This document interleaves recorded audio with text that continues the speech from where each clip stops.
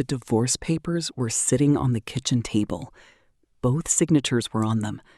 The lawyer had been called. After 11 years of marriage, 3 children, and a life built together, Michael and Grace were done. Or so they thought. What happened in the next 48 hours changed everything, and neither of them saw it coming. Michael and Grace met in university. He was studying engineering, she was studying education. He noticed her first, sitting alone in the library, highlighter in hand, completely lost in a textbook. He sat beside her and said the most awkward thing imaginable. "Do you come here often?" "In a library." She laughed so hard she got shushed by the librarian. And that was it. They were inseparable from that day. They dated for 3 years, got married at 27 in a small church surrounded by family, had their first child, a boy named Samuel, the following year, then twin girls, Joy and Grace Jr., 2 years later. Life was full. Life was loud. Life was beautiful. From the outside, they were the couple everyone admired, the ones people pointed at and said, "That's what real love looks like." But somewhere between the mortgage, the school runs, the promotions, and the late nights, Michael and Grace stopped seeing each other. Not physically, they were in the same house every day. But emotionally, they had become strangers sharing a roof.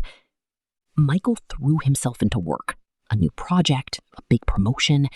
He told himself he was doing it for the family. Grace told herself the same thing, working double shifts as a teacher, managing the home, raising 3 children almost alone. They stopped having dinner together, stopped asking how the other's day went, stopped laughing.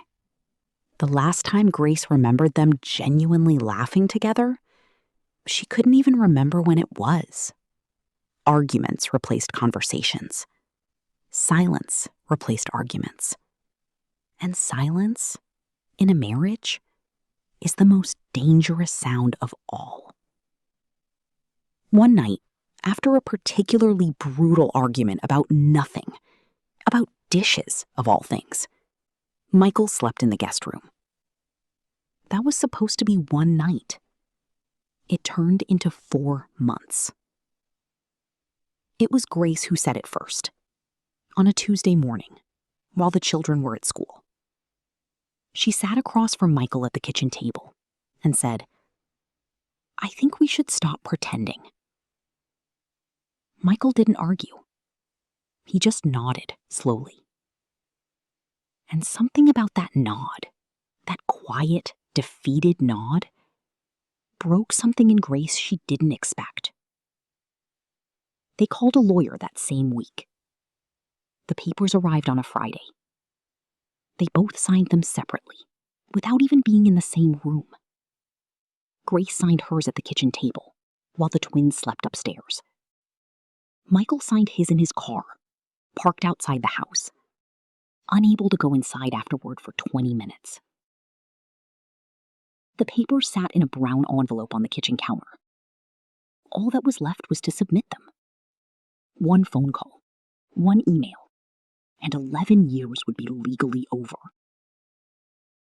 That envelope sat there for 3 days. Neither of them sent it. On the 3rd night, their son Samuel, 9 years old, came downstairs at midnight for a glass of water. He found both his parents sitting on opposite ends of the couch, in the dark, not speaking. He looked at them for a long moment. Then he climbed between, took both their hands, and fell asleep right there. Michael looked at Grace across their sleeping son. Grace was already crying silently. Neither of them spoke.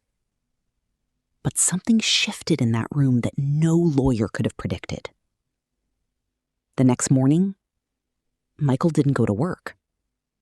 For the first time in 4 years, he made breakfast for the whole family. Burnt eggs and all. The twins thought it was the funniest thing they'd ever seen. Samuel looked at his father and said, "Dad, you should stay home more." Simple words, 9 years old, but they landed like thunder. That afternoon, Michael knocked on the bedroom door. Grace opened it, surprised. He stood there holding 2 cups of tea, just the way she liked it, with too much sugar and a little milk. He still remembered. After everything, he still remembered.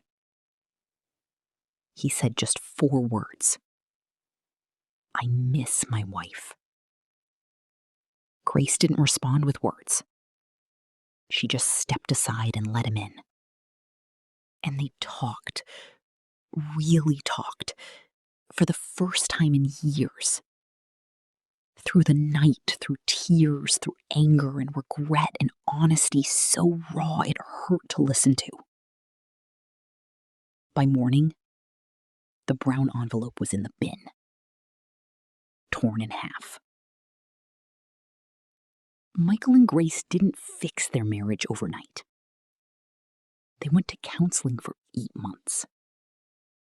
They created new rules. Dinner together every night. No phones after 8 p.m. One date every 2 weeks, no matter what. Small things. Consistent things. 3 years later, they renewed their vows on the same beach where Michael had proposed 11 years earlier. Samuel was the ring bearer. The twins threw too many flowers. It was messy and imperfect and absolutely beautiful. So what can we learn from Michael and Grace? 1. Silence is not peace. It's a warning. When couples stop talking, they don't stop feeling. They start drifting. 2. Familiarity is not the enemy. Neglect is. They didn't fall out of love. They fell out of attention. 3. Children see everything. Samuel didn't say a word that night on the couch, but he did more than any therapist could have in that moment. 4. Love is not just a feeling. It's a daily decision. Michael decided to make breakfast. Grace decided to open the door. Those small decisions saved their family. 5. It is never too late to choose each other again. The papers were signed. The lawyer was called. And they still found their way back. If they could, so can you. And with a warm, intimate tone, if this story touched you, share it with someone whose marriage needs to hear it today. You never know whose relationship you might be saving with one share. Subscribe to Love, Life, and Family, because every week we bring you real stories about the people and relationships that shape who we are. Drop a comment below. What is the one thing that saved your relationship? I read every single one. Until next time, choose love every single day.